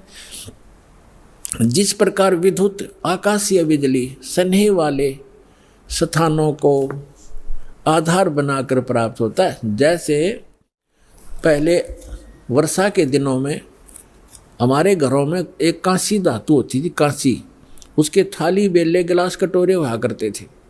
और हमारी दादी जी कहा करती थी हमारी माताओं से, चाची ताइयों से, कि बाहर जो थाली रखी होती, बेले रखे होते कांसी के, कहा करती इनको अंदर रखो, क्योंकि कांसी की धातु पर, थाली पर बिजली गिर जाती है आकाश की, क्योंकि उसका अट्रैक्शन होता है। तो यहाँ यही कहा है, वेद बता रहे हैं कि वो परमात्मा अपने उन पुण्य आत्माओं को ऐसे आधार बनाकर प्राप्त होता है, उसका अट्रैक्शन होता है उन अच्छी आत्माओं, दृढ़ भक्तों में, जिस प्रकार आकाशीय बिजली धातु विशेष पर अट्रैक्ट होकर उसी पर आधार बनाकर आती है।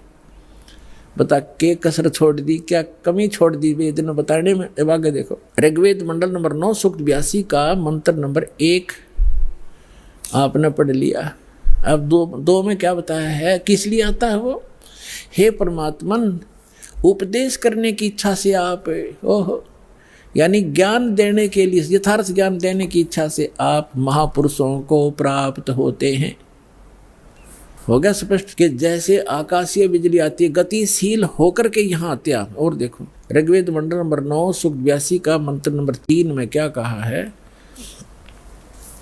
पवित्र यज्ञों में रक्षा से आप प्राप्त होते हैं, पृथ्वी आदि लोकांतरों में गति करते हुए, सर्वव्यापक नहीं, आप है, गति करते हुए, ये गलत लिखा है, इन्हें अपनी सोच थोड़ी अड़ाई है। आप माने आप स्वयं गतिशील होकर विराजमान होते हैं। आप स्वयं गतिशील होकर वहाँ से चल कर आते, ऊपर धूलोक के तीसरे पृष्ठ में रहते हैं, वहाँ से गतिशील होकर के आप हमारे यहाँ पर आते हो, अच्छी आत्माओं को मिलते हो। अब और ऋग्वेद मंडल नंबर 9 और सूक्त नंबर 54 का मंत्र नंबर 3 दिखाते हैं, देखिएगा। ऋग्वेद मंडल नंबर 9 सूक्त 54 का और मंत्र नंबर 3 है। इसमें लिखा है कि सूर्य के समान जगत प्रेरक यह परमात्मा सोम स्वभाव वाला और जगत प्रकाशक है, और सब लोकों को पवित्र करता हुआ भुवनो ऊपरी तिष्ठति संपूर्ण ब्रह्मांडों के ऊर्ध्व भाग, ऊपर के भाग में भी नहीं, वहाँ वर्तमान है, वहाँ रहता है, भी तो इसमें आता ही नहीं, वहाँ रहता है अपना आत्माओं। ऋग्वेद मंडल नंबर 9 सूक्त 20 और मंत्र नंबर 1 में क्या बताया है, ऋग्वेद मंडल नंबर 9 सूक्त 20 मंत्र 1 में, यो 20 मंत्र 1 में, वह परमात्मा, यहाँ लिखना कबीर देव, ये कवि नहीं, ये कबीर देव, ये ऊपर लिखा कबीर देव, इस रे को इन्होंने यहाँ कबीर लिखना था, कबीर देव, वो कबीर परमेश्वर मेधावी, यहाँ लिखना था कबीर परमेश्वर है, वह परमात्मा कबीर देव है, कबीर परमात्मा वह कबीर देव है जो सबका रक्षक है, विद्वानों की तृप्ति के लिए ज्ञान को देता है। विद्वान यानी वही आकर के वो ऐसा ज्ञान देता जिससे बुद्धिमान लोग तृप्त होते हैं, संतुष्ट होते हैं, और सहनशील है, संपूर्ण दुष्टों को संग्रामों में यानी ज्ञान के युद्ध में तिरस्कृत करता है, सबको पराजित कर देता है अपने तत्व ज्ञान से। अब आज इतना ही इन सदग्रंथों से हमने लेना था। अब दास सुनाएगा। आज का जो सत्संग सुनाना चाह रहा था दास, अब शुरू कर रहा हूँ उसको, लेकिन समय थोड़ा है इसलिए संक्षिप्त में बताऊंगा। अब 2 प्रकार से मानव शरीर प्राप्त होता है, और दूसरा ये था कि सत्संग केवल परमात्मा ही आकर बताते हैं, यथार्थ ज्ञान स्वयं भगवान बताते हैं, तो वो परमात्मा 600 वर्ष पहले आए थे, उन्होंने यथार्थ ज्ञान दिया और वो अच्छी आत्माओं को मिलते हैं और उनको फिर यथार्थ ज्ञान से परिचित कराते हैं। उसके लिए परमेश्वर ने स्वयं कहा है, चारों युग में मेरे संत पुकारे, कूक कहा हम हेल रे, हीरे माणक मोती बरसे, ये जग चुगता ढेल रे। चारों युग में मेरे संतों ने आवाज लगा लगा कर, हेला देकर, आवाज ऊंचे स्वर में गूंज गूंज कर बोला है। और हमने भी चारों युग में मेरे संत पुकारे, मेरे संत जो मुझसे परिचित हुए, और कूक कहा हम हेल रे, हमने सब जगह आवाज लगा लगा कर ढोल के डंके पर कहा कि तुम साधना गलत कर रहे हो, तुम अपने ग्रंथों से परिचित नहीं हो बच्चों, हम जो ज्ञान दे रहे हैं ये मोक्षदायक है, तुम्हारा पाप नाश करेगा, तुम्हें सुख देगा। तो जो यथार्थ भक्ति मार्ग रूपी हीरे मोती लाल वो तुमने स्वीकार नहीं किए, और आन उपासना शास्त्र विधि त्याग कर मनमानी पूजा करके वो कंकर पत्थर इकट्ठे कर लिए जो जिनकी कोई कीमत आगे नहीं मिलनी आपको। तो यहाँ बताते हैं, चारों युग में संत पुकारे, कूक कहा हम हेल रे। और ये सत साधना मोक्षदायक ज्ञान और भक्ति रूपी हीरे माणक मोती बरसें, ये जग चुगता ढेर रे। हमरा ज्ञान किन्हें ना सुनिया, और पर भी लेंड जात है दुनिया। हमारा ज्ञान कोई सुनता नहीं, और वहाँ पर भी में नहाने जाते हैं उस तालाब में जहाँ इन शास्त्र विरुद्ध ज्ञान देने वाले साधकों ने, संतों ने मिसगाइड किया हुआ है। वहाँ कुंभ का मेला लगेगा, उस तालाब में नहाने से मोक्ष हो जाएगा। आपसे पहले तो कछुए, मछलियाँ, मेंढक रहते हैं, वो मुक्त हो जाते हैं, आपसे पहले उसके अंदर ही पड़े हैं वो। अरे बोले आदमियों, है कहीं गीता जी में लिखा कहीं पर ये जा करके पर भी लेकर आओ, या कोई अन्य मंत्र जाप करो, या श्राद्ध निकालो? बल्कि मना किया है श्रीमद् भगवद गीता में 9वें अध्याय के 25वें श्लोक में कहा है कि जो भूत पूजते हैं वो भूत बनते हैं, जो देवों की पूजा करते हैं देवलोक में जा करके उनके नौकर लगते हैं, वहाँ चले जाते हैं, और जो पितृ पूजते हैं वो पितृ लोक में चले जाते हैं, और मेरे पूजने वाले मुझे प्राप्त होते हैं, यानी ब्रह्मलोक में चले जाते हैं। और फिर वो 18वें अध्याय के 62वें श्लोक में कहता है कि उस परमात्मा की शरण में जा, जहाँ जिसकी कृपा से तू परम शांति को, सनातन परम धाम को प्राप्त होगा। तो कहीं पर भी पूरी श्रीमद् भगवद गीता में ना कोई तीर्थ, ना व्रत, और ना ही किसी अन्य उपासना का प्रमाण है। तो हमने शास्त्र विधि अनुसार साधना करनी है जो हमारे सदग्रंथ बताते हैं। सदग्रंथों में आपको पहले भी बता दिया कि जो वेद हैं, चारों वेद ये गॉड गिवन हैं, लेकिन 5वां वेद गुप्त था, इसने छुपा दिया। उसमें कंप्लीट कोर्स था, पूरा मोक्ष मार्ग था, पूरा ज्ञान था, वो नहीं रखा। तो परमात्मा स्वयं आकर वो ज्ञान देते हैं। उस ज्ञान के अंदर ये पूरा कोर्स है मोक्ष प्राप्ति का, यहाँ के सुख प्राप्ति का, आपके संस्कार में, प्रारब्ध में, आपकी किस्मत में लिखे हुए पाप को टालने का। ये साधन वालक ने वर्णित किया है जो दास के पास उपलब्ध है, इसको प्राप्त करो। दर्शकों, यही नहीं, वेदों में स्पष्ट प्रमाण दिया गया है कि कबीर परमात्मा अपने साधकों के सर्व पापों का नाश करके सुख प्रदान करता है और अंततः उसे जन्म मृत्यु से मुक्त करता है, यानी मोक्ष प्रदान करता है। देखिए यजुर्वेद अध्याय नंबर 5 का मंत्र नंबर 32 में, कबीर अंगारी असी बम्भारी असी। ये देखिए, ये है यजुर्वेद और महर्षि दानंद द्वारा इसका अनुवाद है। इसके प्रकाशक कौन है? सार्वदेशिक आर्य प्रतिनिधि सभा 2/5 महर्षि दानंद भवन, रामलीला मैदान, नई दिल्ली से। यजुर्वेद आर्य भाषा भाष्य संपूर्ण 40 अध्याय, महर्षि दानंद सरस्वती कृत। इस दानंद जी ने इसका अनुवाद किया है। ये लेखक नहीं है वेदों का, केवल अनुवाद करता है, जैसे गीता जी के गढ़े अनुवाद करता है। और मुद्रक ये हैं Prince offset printers, 1510 Pataudi house, Daryaganj, नई दिल्ली से। अब इसके 5वें अध्याय के 32वें श्लोक में दिखाते हैं आपको। ये 5वां अध्याय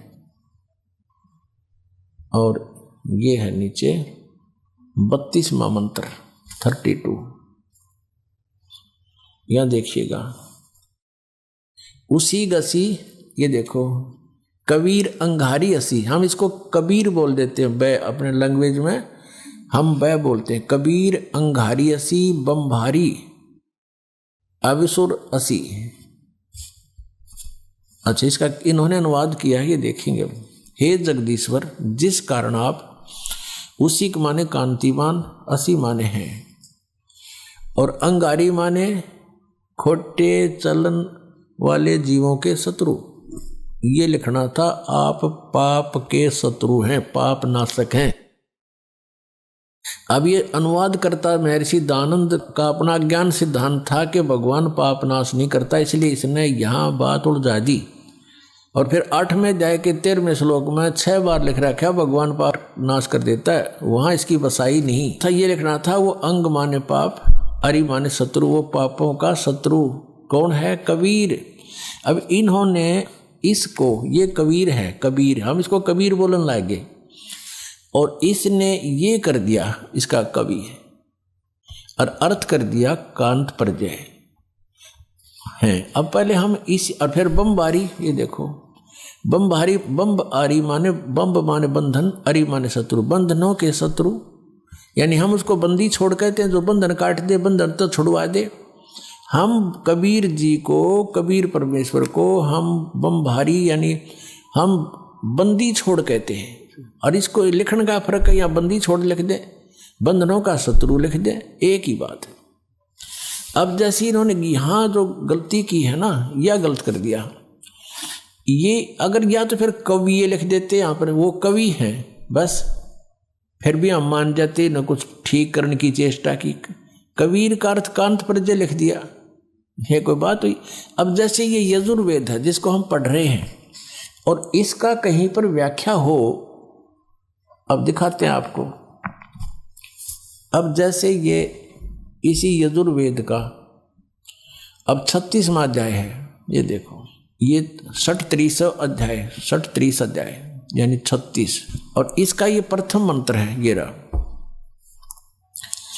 इसमें ये लिखा है रचम वाचम प्रपदे मनो यजु प्रपदे, ये यजु शब्द लिखा है। अब ये है यजुर्वेद के विषय में, और इसका कोई अर्थ कर दे वो गलत करेगा, इसका यजुर्वेद ही लिखना पड़ेगा। यो जैसा कि इस महर्षि ने ये ठीक किया, यहाँ पर ये है यजु, इसका यहाँ अनुवाद किया है, वहाँ मूल पाठ था। ये देखो ये यजु शब्द है, और इसका यजुर्वेद लिखना पड़ा, ये सही अर्थ बना यहाँ पर। यदि इस यजु का अर्थ कर देते यज्ञ स्तुतियों का संग्रह, तो के बेराव का के है संग्रह, यज्ञ स्तुतियां लिख दे इसकी, यज्ञ स्तुति, तो यजु का अर्थ यहाँ लिखना पड़ेगा कि वह है यजुर्वेद के बारे में कहा जा रहा है। तो ठीक जहां इन्होंने कवि कर दिया, उसको हमने कबीर देव पढ़ना पड़ेगा, कबीर देव लिखना था। देखो हम फिर आते हैं वही 5वें अध्याय के 32वें श्लोक पर, ये 32वां श्लोक यजुर्वेद का।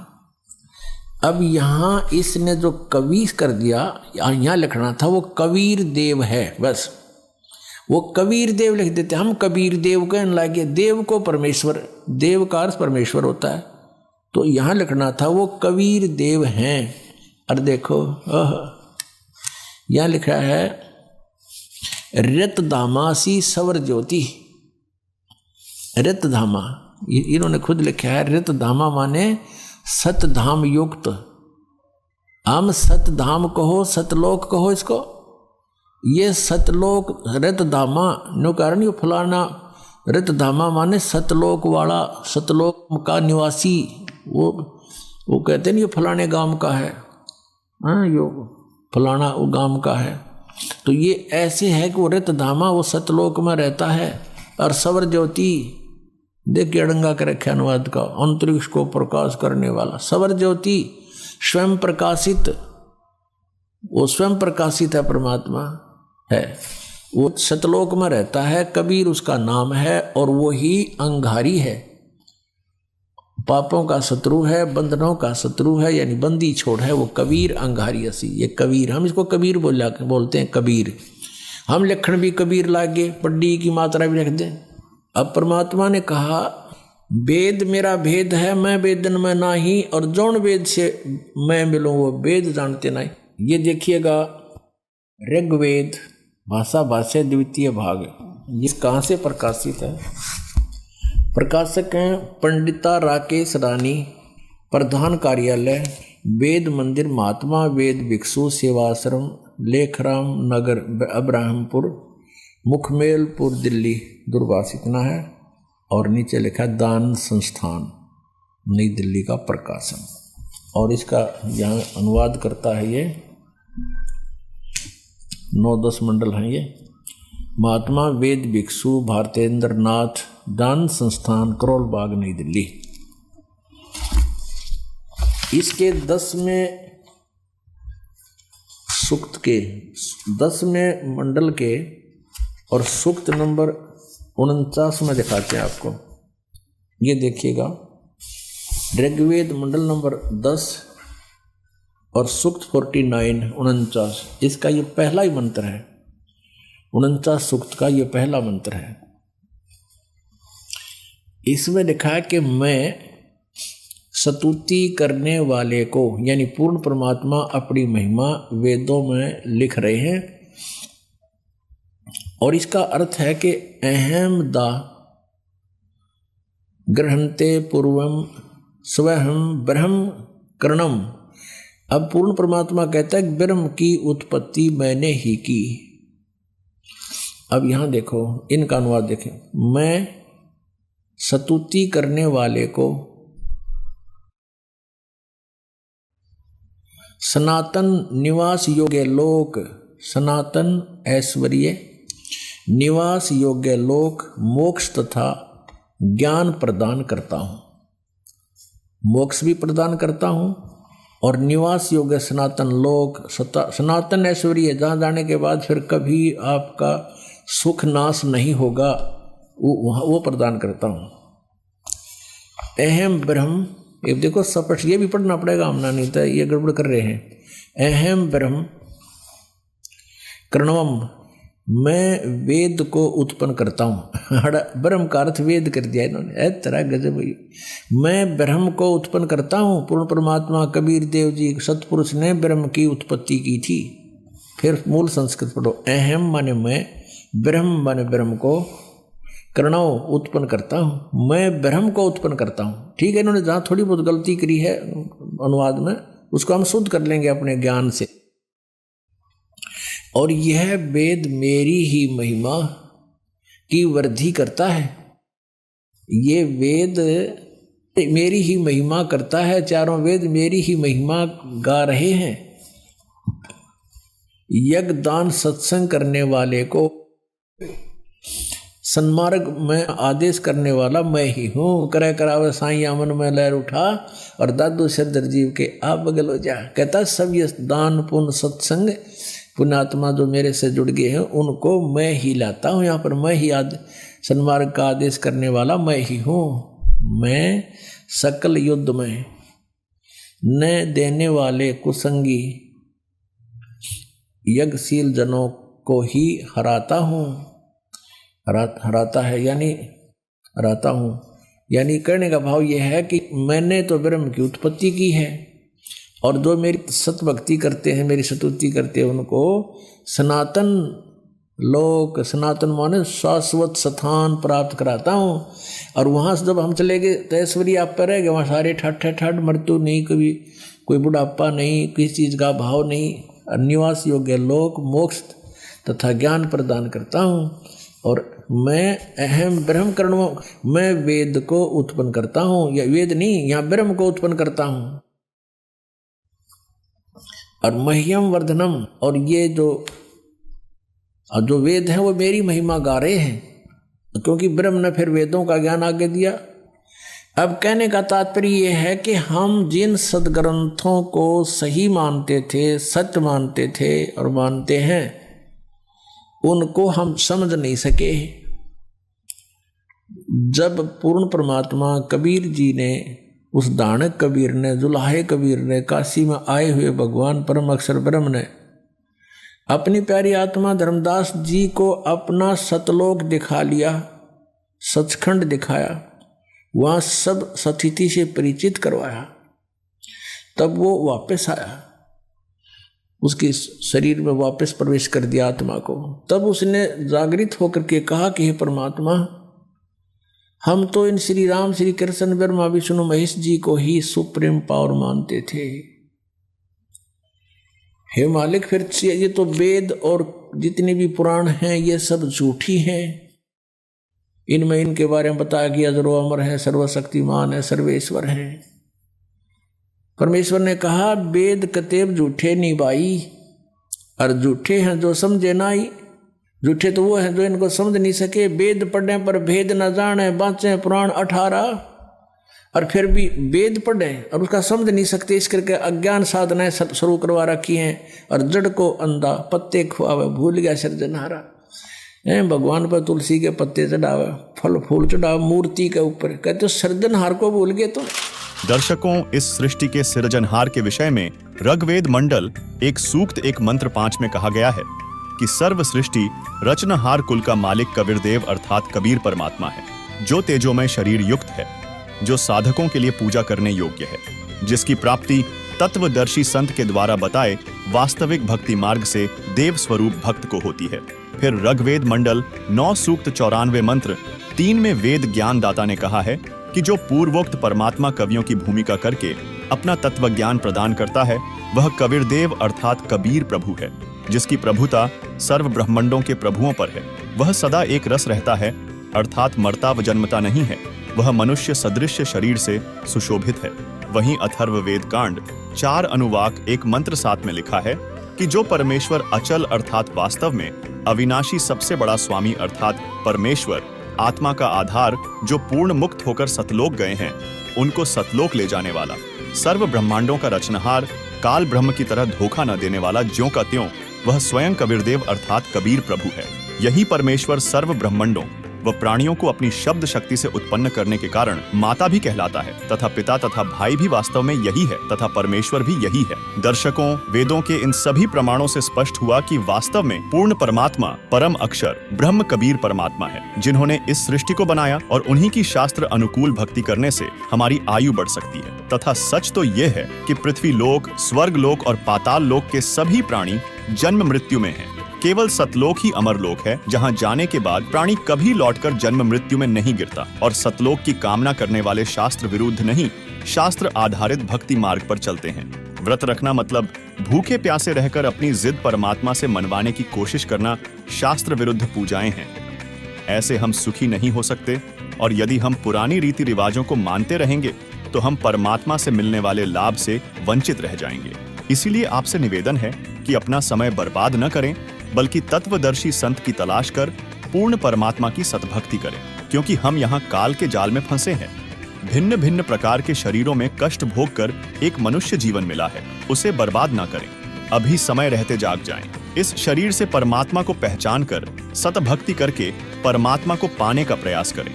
दर्शकों, आपको बता दें, आज पूरी दुनिया में एकमात्र तत्वदर्शी संत सतगुरु रामपाल जी महाराज हैं, जो सदग्रंथों से प्रमाणित ज्ञान बता रहे हैं, जिनके आध्यात्मिक सत्संगों को आप संत रामपाल जी महाराज YouTube चैनल पर प्रतिदिन सुनकर पूर्ण परमात्मा का संपूर्ण ज्ञान प्राप्त कर तथा उनसे सतभक्ति प्राप्त करके अपने मानव जीवन का कल्याण करवा सकते हैं। आइए अब हम उन श्रद्धालुओं के अनुभव जानते हैं जो जगत गुरु तत्वदर्शी संत रामपाल जी महाराज जी से दीक्षा प्राप्त कर चुके हैं तथा उनके द्वारा बताए गए भक्ति मार्ग पर चल रहे हैं। दर्शकों, आज के इस दौर में लोग अपनी परेशानियों से छुटकारा पाने के लिए भगवान में आस्था रखने वाली भिन्न भिन्न साधनाओं में लगे हुए हैं। कोई मंगलवार को हनुमान जी का व्रत रखता है, तो कोई सोमवार या शुक्रवार का। एक ऐसी ही सच्ची कहानी है रोहतक की रहने वाली शीला देवी जी की, जो दुर्गा जी और हनुमान जी का व्रत किया करती थीं। शिव जी की भी भक्ति किया करती थीं, इस उम्मीद में कि इससे भगवान से सुख मिलेगा। इसके बावजूद इन्हें घर में परेशानियों का सामना करना पड़ा। इनका बेटा बीमार हो गया था और इन्हें स्वयं भी शारीरिक समस्याएं थीं। साथ ही ये आर्थिक तंगी से भी जूझ रही थी। लेकिन जब इन्होंने संत रामपाल जी महाराज से दीक्षा लेकर सतभक्ति करना शुरू किया तो इन्हें अपने सभी दुखों से छुटकारा मिल गया। जहां पहले इनके पास बच्चों को अच्छी शिक्षा देने की भी आर्थिक व्यवस्था नहीं थी, वहीं संत रामपाल जी महाराज से दीक्षा लेने के बाद इनके बच्चों को अच्छी शिक्षा और नौकरी भी मिल गई। शीला देवी जी की शारीरिक समस्याएं भी दूर हो गईं। दर्शकों, आइए अब सुनते हैं शीला देवी जी के भक्तिमय सफर की कहानी, उन्हीं की जुबानी। नमस्कार जी। नमस्कार जी। क्या नाम है जी आपका? शीला जी। आप कहाँ के रहने वाले हैं? गाँव मातनहेल, जिला झज्जर जी, रोहतक रह रहे हैं जी फिलहाल। संत रामपाल जी महाराज से आपने नाम दीक्षा कब ली? 2002 में जी। संत रामपाल जी महाराज से नाम दीक्षा लेने से पहले क्या आप कोई भक्ति साधना भी करते थे? करती थी जी, मेरे तो व्रत करती थी जी, शुक्रवार के भी 2 बार करे मैंने, 1-1 साल के, और जी शिव जी का भी बोला का इनका, और आखिरी में मैं तो हनुमान का करूँ थी उस टाइम जब संत रामपाल जी महाराज मिले। आपने बताया आप शेरावाली माता, शिव जी और हनुमान जी के व्रत करते थे, तो इन सब साधनाओं को करते करते आपको क्या क्या लाभ हुए? कुछ भी कोई ना है जी, खराब माटी हो रही थी, नहीं सोच ले करा जरूर थे भाई, भगवान समझ के लाग रहे थे हम तो। न्यू तो बेरा नहीं था भगवान हो के है चीज़ है, पर न्यू बेरा था भाई भगवान तो सुख मिल लिया करे हैं। और भाई जोर देखा करया करते भाई, बड़े बुजुर्ग न ला रखे, हम उससे हिसाब तो लाग रहे थे। एक गाँव मातनहेल में मंदिर है, मुथरापरी का नाम तो उड़ा, आए सोमवार न जोत लग है, आए सोमवार जाया कर दे मुथरापरी पे। और बड़े वाला लड़का ईसा हो रहा था, उसमें इतने वो भाव थे भाई, वो लड़का भी मैंने लगा दिया था अपनी ये तरिया। वो जब स्कूल में जाया करता, जब सोमवार न उड़ा जोत ला के आ जाया करता, ये भक्ति कराया करते। उन्हें दुखी बहुत थे। एक तो गुड़िया थी, वाड रहा करती, किलकी मारा कर दी, अच्छे छोटे बालक थे, इसकी 95 की बात से या गुड़िया हो रही थी। और उस टाइम में एक तो गाँ मरी, फिर बाछड़ी मरी थी। मेरा बड़ा लड़का बीमार हो रहा था, उसने दादरी लेके गए थे, बहुत खतरे में था। मेरा मकान का स्वामी भी जे डॉक्टर है, हमारा तो अंकल लग गया करता, वो बुला के ले आए। उसने देखा, बोला भाई इसने जितना जल्दी हो इसने ले जा, छोरा तो मुश्किल लगा है बचना। और 2-3 बार गाड़ी वाला ने कहा, गाड़ी वाला थोड़ा लेट हो गया। फिर बार बार उसने 2 चक्कर काटे, अंकल ने बोला भाई ले जा, तो गाड़ी वाला ने जल्दी बुलाओ। दादरी लेके चले गए। दादरी लेके जाने के बाद में लड़का कति नो मुट्ठी नो भीचा था, नो झटके से मारा था। फिर उड़ा तो उन्हें भेज दिया बयानी भारतवाज का। फिर उस टाइम में मेरी सास भी मर गई थी, इसके पापा लेके जा रहे थे इसने। और गाय थी, गाय भी मर गई थी। फिर उसकी बछड़िया थी, वह भी मर गई थी। और गुड़िया भी झटके से मारने लगी थी, कति इसका ताऊ तो और सारे हाथ मसड़े थे। फिर गुड़िया ने जुलाना लेके गई थी मैं, फिर उड़े दिखा के ले आई थी। उसके बाद में नहीं भाई कि वह गुड़िया डर रहा है, अच्छी शानी हो गई थी। मेरे शरीर में, पिंडिया में और शर्म में सारी बार दर्द रहा करता, सारी बार गोली लेनी पड़ा कर दी, सारी बार लुगड़ी बांधी रहा कर दी। शाम ने तो है ना पाया कर नाता चुन्नी बांध के पीछा छुट्टा कर दा। बहन जी, शिव जी भगवान की भक्ति साधना करने के साथ साथ जब आप अन्य साधनाएं करते थे, तो उन सब साधनाओं से आपके घर में दुख ही दुख आ रहे थे। आपके बच्चे बीमारी से ग्रस्त थे और आपके शरीर में भी परेशानी रहती थी। तो फिर संत रामपाल जी महाराज की शरण में आप कैसे आए? एक संतोष है, उसने बताई थी एक बार वह आ गई हमारा करना है। और तो वह ने बोली भाई तू राम का नाम ले ले। मैंने बोली भाई राम का नाम क्या वो है? बोले ओड़ा करोथ है ना, संत रामपाल जी महाराज हैं और वो नाम देवे हैं। और वो 108 बार रटना है, और जितना रटे इतना लाभ हो, चाहे में भी बीमारी हो और चाहे में किसी स्थिति हो घर की, सारे लाभ मिल रहे हैं। फिर आप एक दिन ऐसी दया हुई, जिस तरह न्यू मन में आई, उस बेबे ने कह देना है बेबे आज नाम दिवा लिया। मजा की उसने कह आई, मैं कहा बेबे तो आज नाम दिवा लिया होगी ना? बोली बे दिवा लियाऊंगी। हम तैयार त्यों रो लिए। फिर इसका पापा, फिर मैं, फिर वह बेबे जो नाम दिवाने वाली है वाह। जब हम आश्रम में पहुँचे, जब गुरुजी आके चरणा में बैठे थे, तो गुरुजी बोले बेटी नाम ले ले। मैंने बोली गुरुजी आ जा प्राण मुँह करके। मैं कहा गुरुजी आ जा, मैं बुझूंगी। फिर बोले थोड़ी देर पाछे फिर बोला बेटी नाम ले ले। मैंने बोली गुरुजी पूछूंगी। फिर गुरुजी ने फिर कही, और तो फिर गुरुजी ने बोले बेटी पूछ दिए रह जाएगी बेटी नाम ले ले। फिर वो बेबे ने बोली बेबे किसी ने भी ना कहा कर दे गुरुजी ने तो, और तेरे ताई तो कई बार कह ली न्यू कई पास। फिर थोड़ी देर पाछे मना नाम ले लिया, बड़ा भाई ने भी ले लिया। फिर थोड़ी देर पाछे उसका पापा भी आ गया, उसने भी ले लिया, हमने न्यू नाम लिया जी।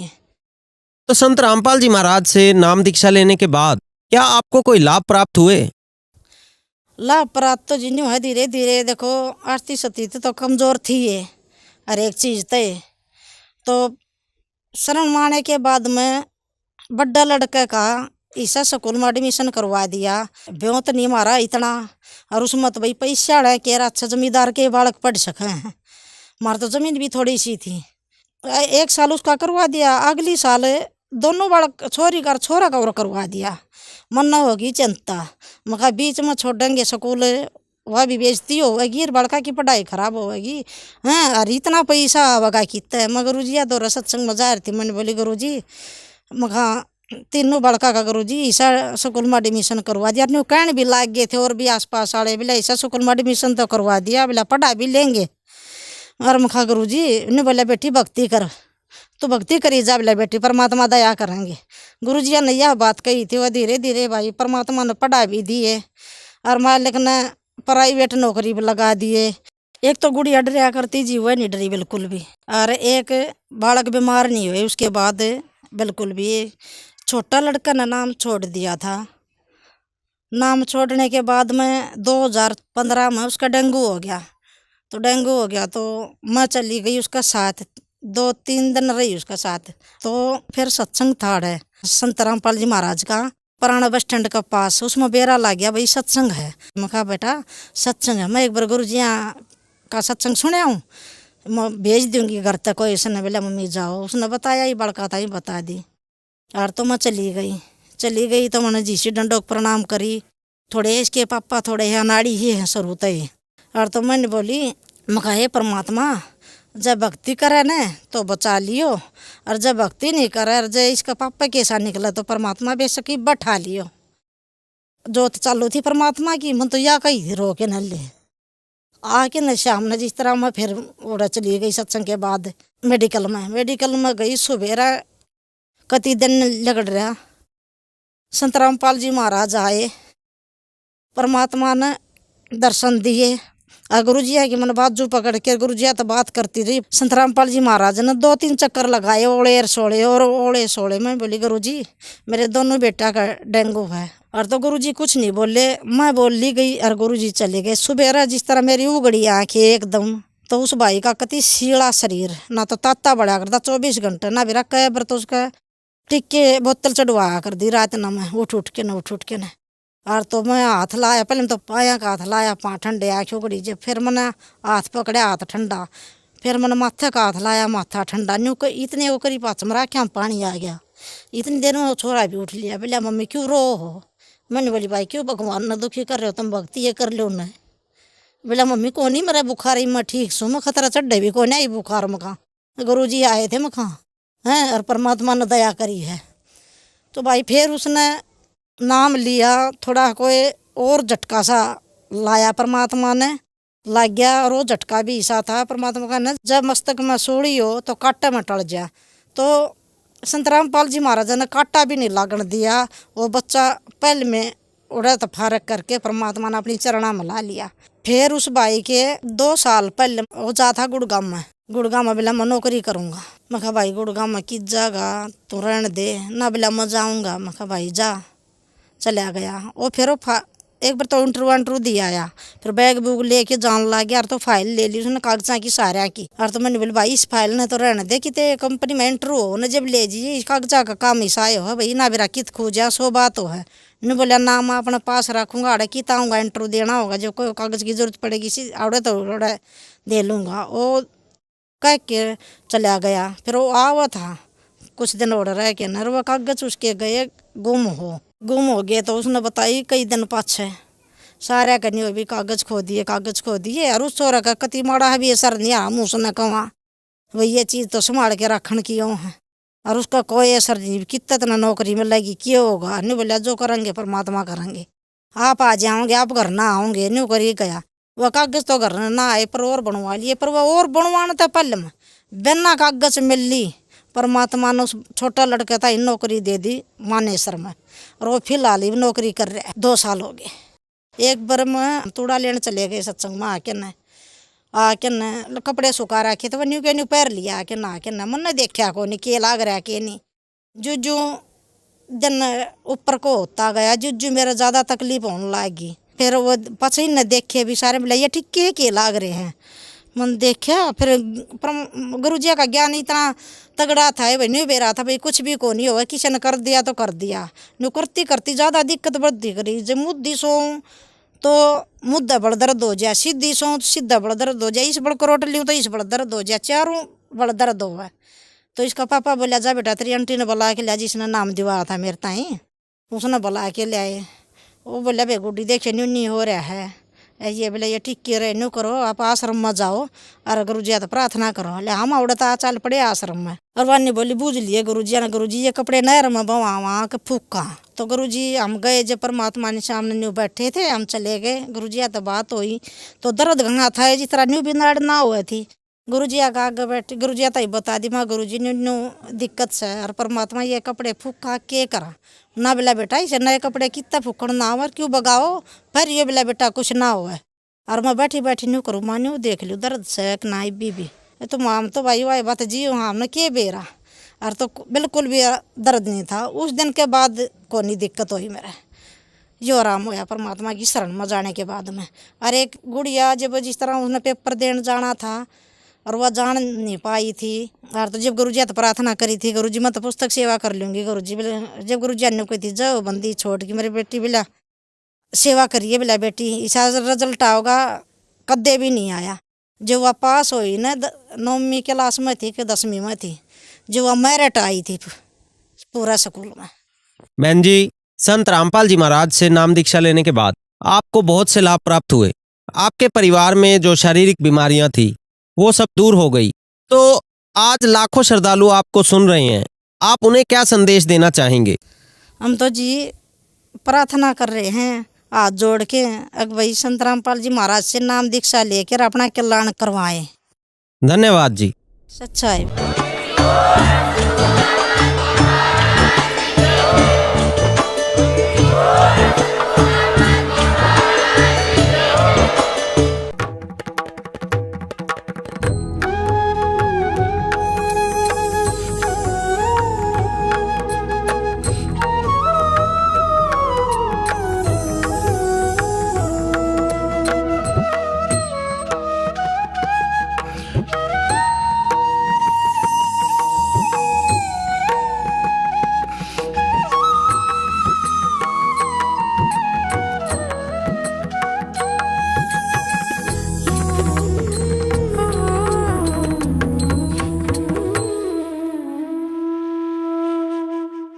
आप सुन रहे थे जगत गुरु तत्वदर्शी संत रामपाल जी महाराज जी के मंगल प्रवचन। अधिक जानकारी के लिए विजिट कीजिए हमारी वेबसाइट www.jagatgururampalji.org। संत रामपाल जी महाराज जी के शुभ आशीर्वाद से पूरे विश्व भर में 500 से भी ज्यादा नाम दीक्षा केंद्र हैं, जिन पर संत रामपाल जी महाराज जी द्वारा ऑनलाइन निशुल्क नाम दीक्षा दी जा रही है। अपने नजदीकी नाम दीक्षा केंद्र का पता करने के लिए संपर्क करें 8222880541।